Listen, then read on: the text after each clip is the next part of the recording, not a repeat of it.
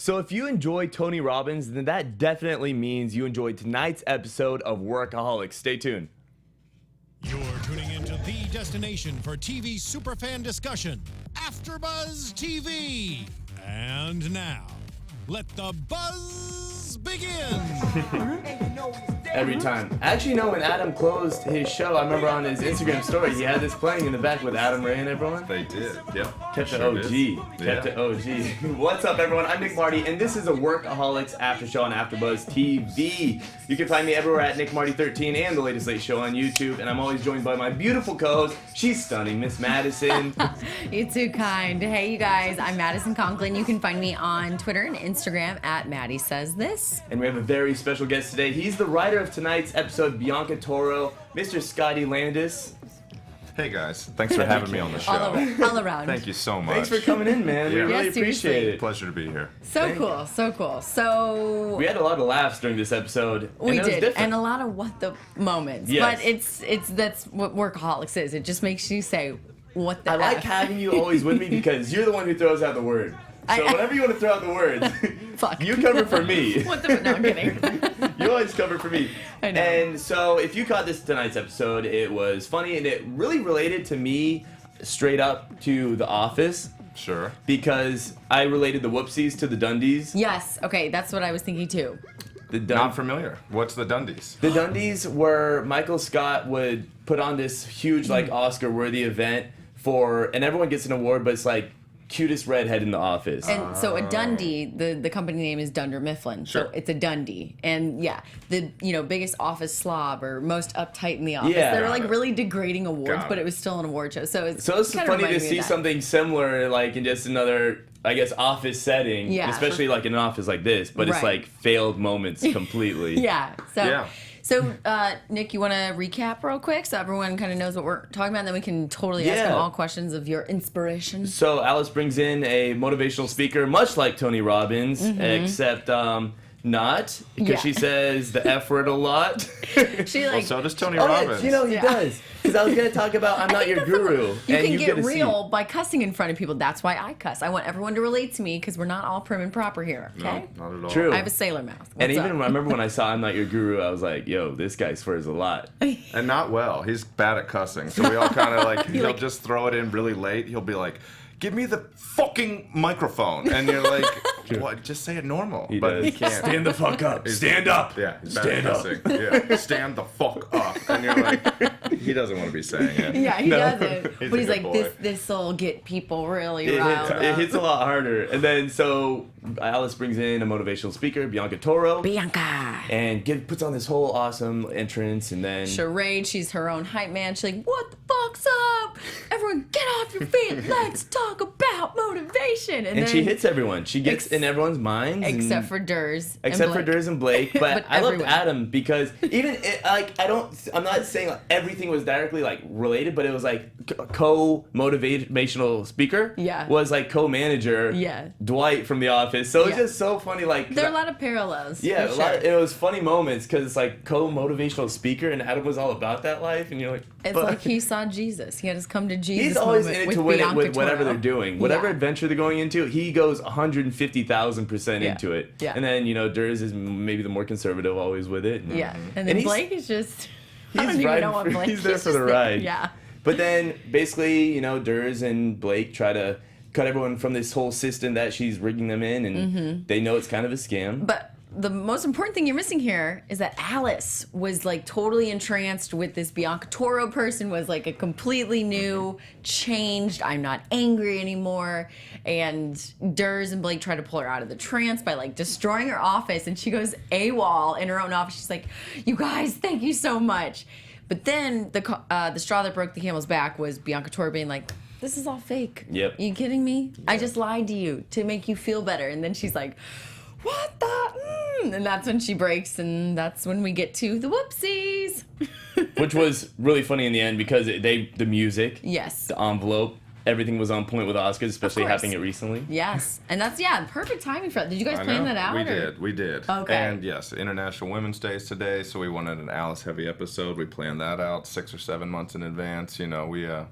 No, I knew this. I was like, he's so sarcastic. I really believed it because I remember. I thought the Oscars, because that happens every year around the same time. But then the International Women's, I was like, there's something fishy. Because I know when I go to some friends' offices, they really plan it out months in advance, so that I was like on board with that. Yeah. But so it just happened. Just happened. All of this just happened. I mean, we probably wrote that episode in October, November. So this is way before the Oscars or anything. Yeah. So. Wow. Were y'all shooting during that time of writing this episode? Yes. Okay. Yeah. Yeah. So that's that usually happens towards the end of our seasons. The last 2 or 3 episodes are usually group written, or like the last 3 writers on staff, they're shooting, and then 3 of us will write it really quickly. Okay. And so John Quaintance and Jen D'Angelo and I basically got together with this one, and we pieced it together really fast. And so we all kind of took different sections, and then we put it together, and then we try to beat our own jokes. So what was your section? I did the the musical chairs and the musical chairs lesson and the grill, the Adam and Bill scene outside. Those 2 were mine. Okay. Yeah, I think those were mine. Was it really inspired, I guess, from events that Tony Robbins does, like, because like the the barefoot walking kind of thing? 100%. Yeah, he did a show years ago that got canceled really quick because he took all these people and he made them walk hot coals and they all burned their feet. Yes, I think I remember hearing. So did you take a lot of your inspiration for some of these jokes from him? Okay. Yes, this episode was, we all watched I'm Not Your Guru and another movie called Holy Hell, and we were like, let's do this. Let's do that. Alice, I think the original pitch was Alice went to the seminar, got so motivated that she comes back preaching it, and that she motivates everybody to the point where they want to quit their jobs, and it's up to the dudes to make them all feel like losers again so they don't quit. Okay. That was like the very beginning, and then we added the whoopsies, then we like, well, let's bring somebody in, and Mo Collins came in and played Bianca Toro. And but the original thing was like that the writer's room was split. Like, do you really, everybody was like, Tony Robbins is amazing at like motivating. Yeah. But then half of us were also like, but to what level is he, like, is this just a peak experience or what? So we kind of wanted to skewer that a little bit. Okay. I think it was well executed, obviously. I mean, especially your musical chairs had us laughing. I know, because she's like, look around, everyone has a seat. And Adam's like, what the fuck? Take a chair out. Watch this. I'm the co-motivator. Like, look what happens. That's it. He's always about fighting, aggression, and winning, and so making people feel like losers. But in this episode, he was like trying not to, but like trying to. So the writing process, I mean, I feel like you get into a room, you have a blank piece of paper or a computer. Can you kind of take us through the process of maybe writing your jokes or just working on the episode as a whole? Sure. So the way that a lot of shows work, and our show works, is it's your staff writers in a room. Our show's a little different because all the guys are in the room too. So Blake, Adam, and Durs, and our showrunner Kevin are there every day. And then we go through stories, and we pitch ideas, and we try to get to a general area of, like, kind of how I said Bianca was like, we all saw this thing, let's do something about this thing. And then we have big whiteboards with, dry erase markers, and we start breaking the actual stories. And then once that happens, somebody gets assigned an outline, and that person usually ends up writing the episode. So, that's a lot of weight to carry. Yeah. Well, I mean, that's fun. That's, like, the best part of the job, too. You want to get those scripts. Okay. So, so sometimes you break a story in a day. Sometimes it just flows, and then sometimes I've been on Workaholics for 4 seasons, and there are episodes that we tried to break in my first season that we still never figured out by the end. We just couldn't get it to fit correctly, or we like something else more. So now my question is, for me anyways, there's really no storyline. The storyline is that they're in the office, in and out of the office, whether that be at their house or their home, or their house or the office, excuse me. Is that easier to kind of just be like, all right, we have to have them in the office or maybe at their house, like doing something crazy? Or do you think it's easier to have a storyline where like every episode follows the one prior to? Yeah, so those are just called serial, that's serialized. Okay. And those, I don't know which one's easier or harder. I know that in our world, anything's possible. That's like you were saying earlier, like Workaholics, I think the reason that some people do like it is because like, these guys they're idiots, and they're confident idiots, which is always funny. Yes. And they anything's possible. We'll have big things, drug experiences, whatever it is. So I think that's why people jumped on the show initially, is that they were watching and it reminded them of their friends, but then they took it to this extreme that a lot of other shows, whether it's network or whatever, just wouldn't go that far. Yeah. I mean, by the time I came on, it was such a small show the first season like kind of flew under the radar until everybody found it. That they got away with like the guy's doing coke, the guy's doing this drug, the guy's saying this, the guy's this dick joke, like mangina stuff, boner jokes. So by the time the precedent had been set, by the time I got there, where they were like, oh, we really can't do that. And we were like, oh, they already did acid in season 2, and then. It's like, so, legal would be like, all right, I guess you guys can like butt chug or whatever we were gonna do.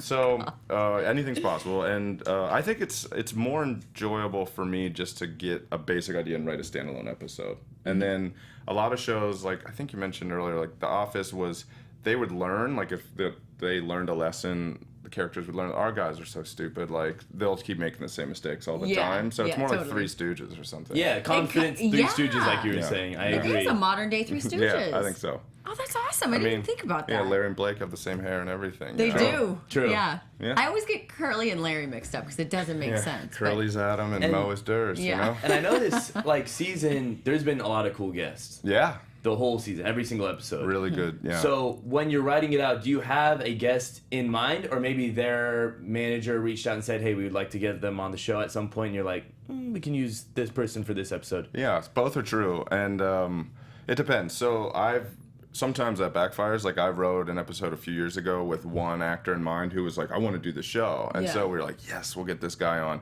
And then he didn't want to do it. Like he wanted to do a different type of episode with us. And so then that sucks. Yeah, so we got other people, we got other actors in there that were equally good, but I had written it in one voice, and then you just kind of got to rearrange it and get it to somebody else. But earlier this year I wrote one that Dennis Quaid is in. He plays Alice's dad. We love that. The firefighter, right? Yeah. That was what it was about. Yeah, Fireman Ted, and he, I wrote that for any actor, but we liked the fact that we could get him was such a big deal, because he's like, a leading man. It was an amazing get for us. Dennis Quaid. So that one I just wrote blindly for that that type of character, and then we cast him. But sometimes people want to do the show. Like when Ben Stiller did it last year, 2 years ago. That was because he and Kyle were working on a project together, and Kyle's like, I'd love for you to do the show. And he's like, I'll do the show. So we just wrote him in as the landlord. Yeah. Now, I'm sure as a writer, and I might have even asked you this very generic question, where does your inspiration come from? But, like, do you know how some comedians drink and then they write, or they go to coffee shops and write? Yeah, sure. What do you do to, like, if you're stumped, to get your creative... Writer's block, Yeah. I haven't had true writer's block ever, but also writers' rooms are, writers' rooms are, like, kind of built for conversation and things happen. And there are days where we're hitting walls left and right, but, I mean, that is, the job of it is... you show up to work like any other job, and you got to be ready to go at 10 o'clock. Like, it's like, here we go, we're writing now. So there's I don't have like I don't get high. Everybody always thinks that I didn't even say room, that. they're always like, you guys must get drunk and high all the time. I'm like, I think we've had 10 beers in the 4 seasons I've been there. No way. Yeah. I mean, afterwards we have a great time. Yeah. It's a job. It's a job. So yeah, it's awesome. It's just normal. There's nothing. We get Starbucks. That's the right. We get Starbucks in the morning from the Target next to the office. So it's nothing glamorous. Great. Not glamorous at all. Now, how much time do you guys spend laughing versus like actually writing and working and getting stuff? We do laugh a lot, and it's because the guys are in the room and they're really funny. Yeah. So I think, but sometimes writers' room are dull, and like a lot of times somebody's sleeping on the sofa and somebody's just pacing. Like I like to walk, so I stand up when we're like breaking story. I'm usually on my feet, but we have like workout equipment. You'll see one of the girls on the dip machine. You'll see one of the guys over there like doing like perfect push-ups. Yeah. Oh, We yeah. have all that stuff.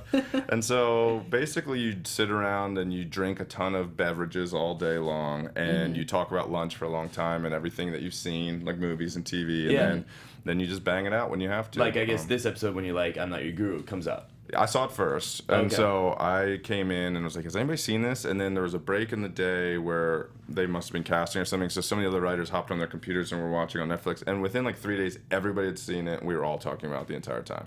That's so awesome.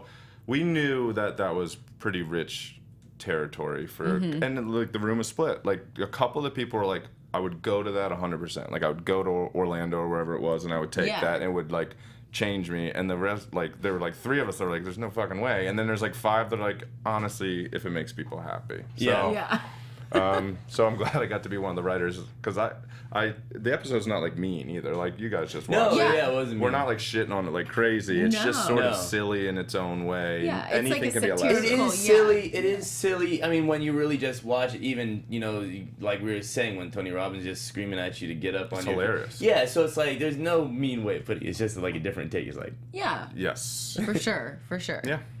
And it's funny that you actually mentioned Kyle because I was hosting a suite recently for the Oscars weekend, and the crew that was with me were students in Kyle's class at LA Film School. Oh, that's awesome. For his editing class, and they were talking about like 7 years ago, and were saying how he would say, "Hey, I'll give you extra credit if some of you help me on this project I'm working on." Oh, really? Which was Workaholics at the time, and they were saying like barely anyone would help out with the project. That's right.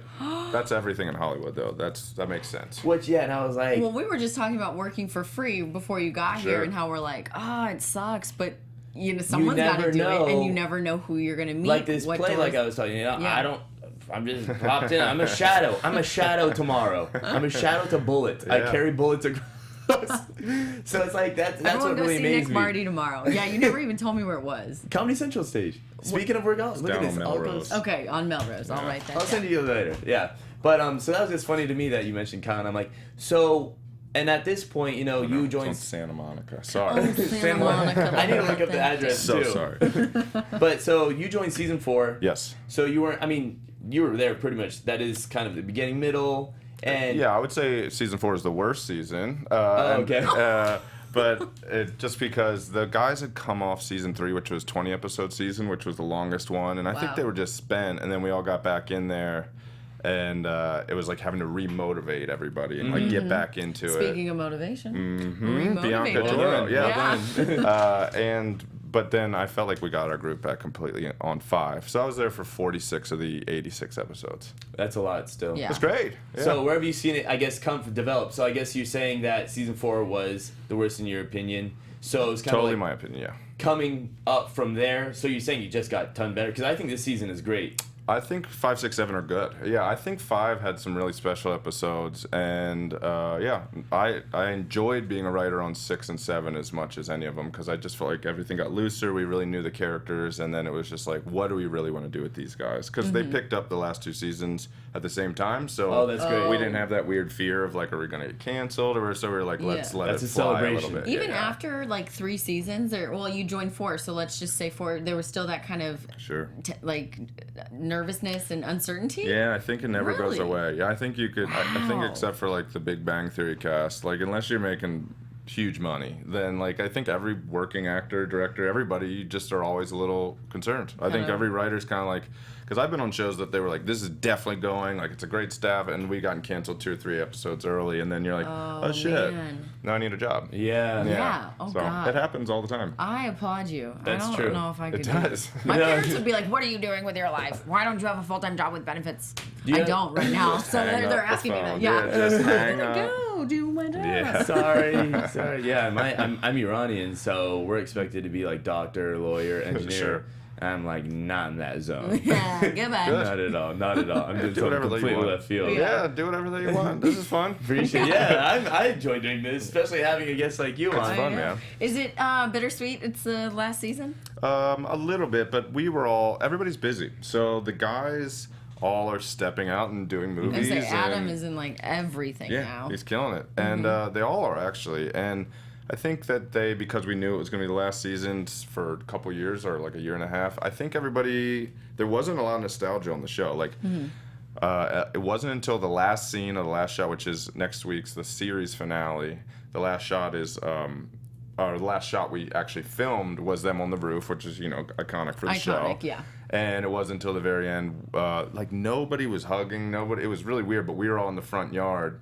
And then like Kyle walks over because he directed the episode and he's talking to the guys for a second we can't hear. And then Blake just starts to say like, we like love you and we can't tell you how much. And his like voice cracked. And then I like look left and right and like 140 crew or whatever it was, everybody's just crying all of a sudden. Like, and that was the first moment the entire season that it was like, it's over. And then there was a lot of crying and hugging and they brought in an In-N-Out truck and a lot of beer and we hung out in the yard. That till makes you happy. 2 or 3 hours. Yeah, it was fun. In-N-Out. Dang. It was cool, but up until that moment, like in the room, we kind of were joking, like, it doesn't fucking matter. Like, but whatever, just finish the script, but That is crazy to hear, because I mean, I even started watching, I graduated in 14, and I started watching in college, like freshman year, sophomore year, around that time. That's our demo. Yeah, it is, right, it is. But I still watch it now. I mean, I'm 25, I guess I'm still in the 18 to 25 range, but that's crazy that it is coming to an end. So, yeah, 7 seasons. It's hard to do these days. Yeah, for real. I mean, I don't even know. I don't watch The Big Bang, but they've been on for what, same amount? 11? Maybe more. And Sonny's been okay. on forever, too. And that's great. It's just, I felt like our show, because it's the 3 guys, and I think we got to... I think it ended really at a good smart point. place. Like, I think Eric this kind is of great. was feeling the same way Yeah, when he was he said the discussing it. same He was kind of thing. like, we're ready to do our own thing. And he was like, Blake has a kid, married, and doing his thing, and Durs is doing his thing. And kids, Adam's headed they're to tour. adults. Yeah. They're no longer like... The Stoner Boys. First season is so good of the show because they look like young dudes. They do. And they look like boys. Now they're all like guys. Now, is this season 1? This is probably 1. This is probably a promo for 1. I wish we could get a full shot of your shirt because it's got the guys on it. It's awesome. There we go. There we go. This gotta is be knockoff. fresh. This is not official merch. This is from, I think, China. And it's this dude named Adam Goldberg, who's interviewed me a long time ago, sent me a picture of his roommate had this, and I just Googled like ugly tie-dye Workaholics shirt. I found it on some like, I don't know what site it was. It's some Asian language site. How long? It took like 5 weeks to get to you or something like that. When I forgot I bought it. It showed what up. it is. It's a long I time. totally forgot. I probably ordered it in like July. Oh, wow. I got it 2 days ago. So. Oh, my God. So yeah, You're like, what the heck? And is the hat the beach party? Is it or is it a... This is a Workaholics. Yeah, this is just... crew gift? This was swag. I think you can buy this, but every once in a while when there's new stuff, merch for the show, they'll just bring it into the writer's room and dump it in the corner. And like, it's socks go like that. Like anytime it's like socks, guys, girls, we all grab it. But like this hat sat there for like 4 months, and I didn't want to get greedy. I would have been like, yes. And I was like, it reminds me of like stuff the Beach Boys wore in the Kokomo video, and I was like, yeah, I'm taking this, and I wear it all the time. Yeah.